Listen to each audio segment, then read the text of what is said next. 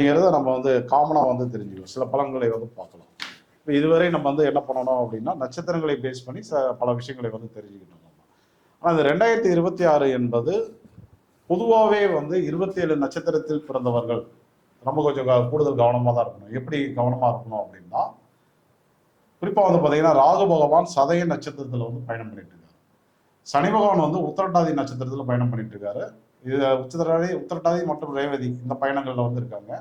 குரு பகவானை எடுத்துட்டோம் அப்படின்னா அவங்களுக்கு வந்து புனப்பூசம், பூசம், ஆயில்யம், மகம் அதில் வந்து பயணம் பண்றாப்புல. கேது பொறுத்த வரைக்கும் வந்து பார்த்தீங்கன்னா பூரம் மற்றும் மகம் 2 நட்சத்திரங்களை வந்து பயணம் பண்றாரு. இந்த காலகட்டங்களில் மேக்சிமம் வந்து என்ன ஆகும் அப்படின்னா எல்லாருக்குமே மேக்சிமம் வந்து பார்த்தீங்கன்னா நிறைய அன்பர்களுக்கு தூக்கம் வந்து கெட்டு போகும். தூக்கம் வந்து சரியா வந்து வராது. மேக்சிமம் வந்து பார்த்தீங்கன்னா 100க்கு ஒரு 40 பேர் வந்து இந்த பிரச்சனைகள் வந்து மாட்டுவாங்க. தூக்கம் வந்து டிஸ்டர்ப் ஆகும். தூக்கம் கெட்டது அப்படின்னா எல்லா வியாதியும் ஒவ்வொன்றும் வந்து வர ஆரம்பிச்சிடும். அந்த சளி பிடிக்கிறது, உடல் மந்தமா இருக்கிறது, அது அப்படியே வைரஸ் ஆகி காய்ச்சல் வர ஆரம்பிக்கிறது, அந்த மாதிரி பாதிப்புகளை வந்து உருவாக்குன்னு எடுத்துக்கலாம். ஸோ அது மட்டும் கிடையாது. ஆக்சுவலாக வந்து பார்த்தீங்கன்னா இந்த செய்வினை, ஏவல், பில்லி சூனியம் போன்ற பாதிப்புகள்லாம் கொஞ்சம் கூடுதலாக காட்டுது.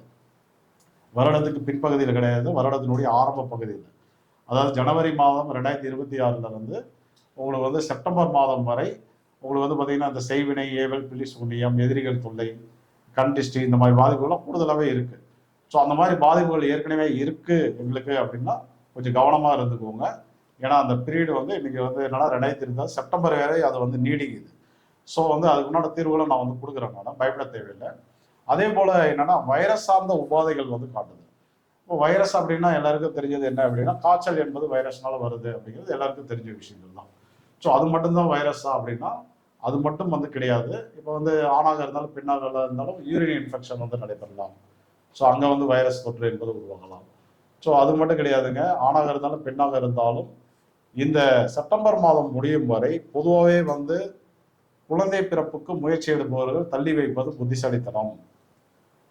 அதாவது இந்த காலகட்டங்களில் 100க்கு 40 பேருக்கு என்ன நடக்கும் அப்படின்னா கருசிதைவுகள் என்பது ஏற்படும். அது உண்மையாக புரிஞ்சுக்கணும். 60 பேருக்கு கண்டிப்பாக நடக்காது. ஏன்னா அந்த நட்சத்திரங்கள், அந்த வீடுகள், அந்த குறிப்பிட்ட கிரகங்கள் நல்லா இருக்கும்போது அவங்க எல்லாம் தப்பிச்சு வந்துடுவாங்க. இந்த ஒரு 40 பேர் என்ன பண்ணுவாங்க அப்படின்னு கேட்டீங்கன்னா மாட்டிக்குவாங்க. அப்போ ஏற்கனவே நீங்கள் வந்து குழந்தை பிறப்புக்காக முயற்சி எடுத்துட்டு இருக்கீங்க, எங்களுக்கு ஏற்கனவே கருசிதைவுகள்லாம் நடந்துட்டு இருக்கு, கரு நிக்கமானது அப்படின்ற பாதிப்புகள் இருப்பவர்கள் இந்த வருஷத்தை 2026 பொறுத்தவரை செப்டம்பர் மாதம் முடியும் வரை நீங்கள் புதிய முயற்சிகள் வந்து கண்டிப்பாக வந்து எடுக்காதீங்க குழந்தை பிறப்புக்காக. சரிங்களா? அது ஒரு பாயிண்டாக வச்சுக்கோங்க. ஸோ அது இல்லாமல் உங்களுக்கு வந்து என்னன்னா இந்த மனநலம் பாதிக்கப்பட்டவர்கள், மனநலம் பாதிப்பு அப்படின்னா அது வந்து பைத்தியமாகவும் இருக்கலாம், சித்த பிரம்மையாகவும் இருக்கலாம். இந்த 2 அன்பர்களுமே வந்து இந்த வருடம் ஃபுல்லுமே வந்து கவனமாக இருக்கணும். ஏற்கனவே அந்த மாதிரி பாதிப்புகள் வந்தவர்கள் கரெக்டாக வந்து டாக்டர் வந்து சைக்காலஜிஸ்ட் டாக்டர் வந்து கரெக்டாக மீட் பண்ணி மருந்து மாத்திரைகள் கரெக்டாக எடுத்துக்கணும். அசால்ட்டாக இருந்தீங்க அப்படின்னா இந்த 2026 வந்து அதிக பாதிப்புகளை வந்து கொடுத்துரும். இல்லை சின்ன சின்ன சிம்டம்ஸ் நமக்கு வந்து காட்டுது, ஒரு மாதிரி மனசை வந்து குழப்பமாகவே இருக்குது, தெளிவாக இல்லை அப்படின்னா டக்குன்னு வந்து ஒரு டாக்டரை பார்த்து ட்ரீட்மெண்ட் எடுக்கலாம். இல்லைன்னா நான் சொல்கிற பரிகாரங்கள் நீங்கள் பண்ணும்போது நல்ல தீர்வுகள் வந்து கிடைக்கும்.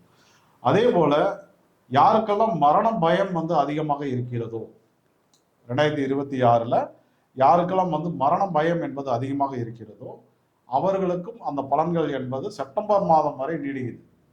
சரிங்களா? அந்த 2026 செப்டம்பர் வரை அந்த பலன்கள் வந்து தொடருது நமக்கு. அப்போ வந்து என்ன பண்ணணும் அப்படின்னா அதுக்கு உண்டான பரிகாரங்கள் வந்து நம்ம வந்து எடுத்துக்கணும். ஸோ எடுக்கும்போது அதில் வந்து நம்ம வந்து எளிதில் வந்து மீண்டு வர முடியும். நிறைய பேருக்கு வந்து பார்த்தீங்கன்னா மரண அறிகுறிகளும் வந்து காட்டுது. அது வந்து பொதுவாக வந்து நம்ம சொல்ல முடியாது. ஜாதகத்தை நிச்சயம் பார்க்கணும்.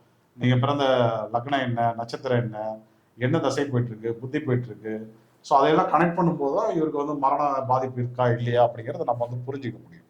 சரிங்களா? அப்போ இதெல்லாம் வந்து பார்த்தீங்க அப்படின்னா இந்த வருடத்தில் நடக்கக்கூடிய ஒரு முக்கியமான பலன்கள் நமக்கு. ஸோ இதுலேருந்து மீண்டு வரணும் அப்படின்னா நம்ம என்ன பண்ணணும் அப்படின்னா ஃபர்ஸ்ட்டு வந்து உணவுகளில் சில மாற்றங்களை வந்து உருவாக்கணும். குறிப்பாக வந்து பார்த்தீங்கன்னா அசைவ உணவுகளை வந்து தயவுசெய்து வந்து இந்த மாதிரி சிம்டம்ஸ் இருக்கிறவங்க வந்து பயன்படுத்தாதீங்க. நான்வெஜ் உணவுகளை வந்து பயன்படுத்திக்க வேண்டாம். உளுந்து வந்து அதிகம் எடுத்துக்காதீங்க. மாதுளம்பழம், தேன், கருப்பு திராட்சை, அது இல்லாமல் மசாலா ஐட்டம் உணவுகள், junk food, fast food items, இந்த மாதிரி உணவுகளை எல்லாம் நீங்கள் வந்து தவிர்க்கும் போது இந்த நோய் நொடிகள் வந்து கட்டுப்படும். அது ஒரு விஷயம் வந்து டிப்ஸாக வந்து வச்சுக்கோங்க. இப்போ அடுத்தது வந்து பரிகாரம் அப்படின்ற ஒரு சூழல் வரும்போது உங்களுக்கு உண்டான பரிகாரம் என்ன அப்படின்னா நீங்கள் வந்து சென்னை இதை சார்ந்த பகுதிகளில் காஞ்சிபுரம் மாவட்டத்தை, கடலூர் மாவட்டத்தை சுற்றி இருக்கீங்க அப்படின்னா கடலூரில் இருக்கக்கூடிய மேலக்கடவு அமிர்தகடேஸ்வரரை போயிட்டு தரிசனம் பண்ணிட்டு அங்கிருந்து நேராக ஸ்ரீ வாஞ்சியம் போயிட்டு நம்ம வந்து வாஞ்சியநாதரை வந்து தரிசனம் பண்ணிட்டு வரும்போது இது மிக சிறந்த பரிகாரமாக வந்து அமையும்.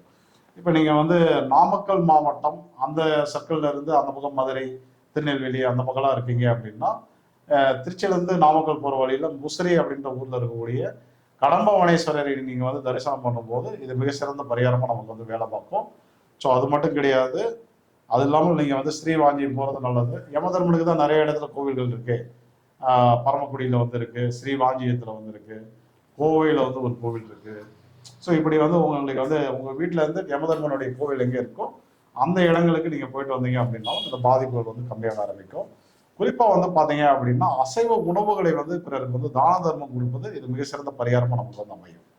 ஸோ அசைவ உணவுகளை வந்து தான தர்மம் வீட்டில் சமைச்சோ அல்லது கடையில் வாங்கி நீங்கள் தான தர்மம் கொடுக்கும்போது மிக சிறந்த பரிகாரமாக வந்து அது அமையும். அது மட்டும் கிடையாது, அப்பப்போ வந்து டிஸ்டி சுற்றி யோகா, ஆக்சுவலாக வந்து எலுமிச்சம்பழம் சுற்றி போடுறது, தேங்காய் சுற்றி போடுறது, பூசணிக்காய் வந்து சுற்றி போடுறது, டிஸ்ட்ரிக் அடிக்கிறது இது ஒரு மிக சிறந்த பரிகாரமாக உங்களுக்கு வேலை பார்க்கும். அது மட்டும் கிடையாது, ஆக்சுவலாக வந்து பார்த்தீங்க அப்படின்னா உங்களுக்கு வந்து நான்வெஜ் சாப்பிட்ற பழக்கம் இல்லை அப்படின்ற ஒரு சூழல் வரும்போது நீங்கள் வந்து வீட்டில் வந்து சப்பாத்தி குருமா பண்ணி அல்லது கடையில் வாங்கி நீங்கள் வந்து குறிப்பாக வந்து பார்த்தீங்க அப்படின்னா அந்த காளியம்மன், மாரியம்மன், செல்லியம்மன், எல்லைப்பிடியாரியம்மன், பெரியாண்டிச்சம்மன், மாசாணியம்மன், முண்டகண்ணியம்மன் இந்த மாதிரி அம்மன் கோவிலில் வெளியில் அமர்ந்திருக்கக்கூடிய நபர்களுக்கு இந்த உணவுகளை கொண்டு போய் தான தர்மம் கொடுக்கும். வாரத்தில் ஒரு நாள் ஒரு பழக்கமாக வச்சுக்கோங்க. செப்டம்பர் வரையும் இல்லை சார் வாரத்துக்கு ஒரு நாள் எங்களால் தர முடியாது, 2 வாரத்துக்கு ஒரு நாள் பண்ணுங்க, மாதத்துக்கு ஒரு நாள் பண்ணுங்க, தப்பு இல்லை. இப்போ வந்து எத்தனை நபர்களுக்கு தரணும் அப்படின்னா அதெல்லாம் உங்களுடைய பிரியம். நீங்கள் ஒருத்தருக்கு தரலாம், 3 பேருக்கு தரலாம், 5 பேருக்கு தரலாம், அதெல்லாம் உங்களுடைய பிரியம். ஸோ வந்து நீங்கள் என்னன்னா செப்டம்பர் மாதம் முடிகிற வரை இதெல்லாம் வந்து ஒரு வாழ்வியல் பரிகாரமாக வந்து ஃபாலோ பண்ணும்போது இந்த பாதிப்புகள்லேருந்து கண்டிப்பாக வந்து விடுபடுவீங்க அப்படிங்கிறத உறுதியாக சொல்லலாம். மீண்டும் சொல்கிறேன், இந்த நட்சத்திரத்தை வைத்து நம்ம வந்து 2 விஷயங்கள் வந்து பார்த்துருக்கோம். அதே போல் பொது பலன்கள் அப்படின்னு சொல்லிட்டு ஒரு விஷயத்தை வந்து பார்த்துருக்கோம். 3 பாட்டாக இதுவரை வந்து நட்சத்திரத்தை பேஸ் பண்ணி பார்த்துருக்கோம். இதெல்லாம் வந்து ஒரு தோராயமான பலன் என்பது கிடையாது. ஆணித்தரமாக உறுதியாக இந்த 2026 நடக்கக்கூடிய பலன்கள் அப்படிங்கிறத நீங்கள் வந்து புரிஞ்சுக்கணும். சரியா? அதே போல் இதை வந்து சரியாக பயன்படுத்திக்கோங்க. குடும்ப உறுப்பினர்களுக்கு வந்து பயன்படுத்துங்க. உங்களுடைய உற்றார் உறவினர்கள், நண்பர்கள், தெரிஞ்சவர்கள் அவர்களுக்கெல்லாம் வந்து நீங்கள் வந்து ஷேர் பண்ணும்போது இந்த வீடியோ வந்து ஷேர் பண்ணி வச்சுக்கோங்க. கண்டிப்பாக வந்து இந்த பலன்கள் வந்து நடந்தே தீரும். அப்போ வந்து இது வந்து ஒரு மிகப்பெரிய ஒரு பொக்கிஷம். இந்த வீடியோ இன்னைக்கு லைவ் வந்து மிகப்பெரிய ஒரு பொக்கிஷம். அதை நீங்கள் வந்து சேவ் பண்ணி வச்சுட்டு இதை இந்த வருஷம் ஃபுல்லுமே நீங்கள் வந்து இதை வந்து திரும்ப திரும்ப பார்த்து என்ன சொல்லியிருக்கேன் அப்படிங்கிறத பார்த்துட்டு அதுக்கு தகுந்த மாதிரி நீங்கள் வந்து அந்த மருந்து மாத்திரைகளை மாற்றிக்கிறது, குறிப்பிட்ட உணவுகளை வந்து தவிர்க்கிறது, அடுத்து வந்து அந்த கோவில்களுக்கு வந்து பரிகாரமாக போயிட்டு வர்றது, வாழ்வியல் பரிகாரங்கள் சொல்லியிருக்கேன். இதெல்லாம் பண்ணும்போது மிகப்பெரிய மாற்றங்கள் நிச்சயமாக வந்து கிடைக்கும். இப்போ 27 நட்சத்திரத்தை வைத்து ஃபுல் டீட்டெயிலாக இந்த 2026 என்னென்ன மாற்றங்கள் நடக்குது அப்படிங்கிறத நம்ம வந்து இதுவரை பார்த்தோம். இப்போ அடுத்தது நம்ம என்ன பார்க்க போகிறோம் அப்படின்னு கேட்டிங்கன்னா, நீங்கள் வந்து திதிகளை வைத்து நம்ம வந்து இந்த 2026 என்னென்ன பிரச்சனைகள் வரப்போகுது அப்படிங்கிறத நம்ம வந்து தெரிஞ்சுக்கலாம். கட் பண்ணி போகிறோம். ஓகே.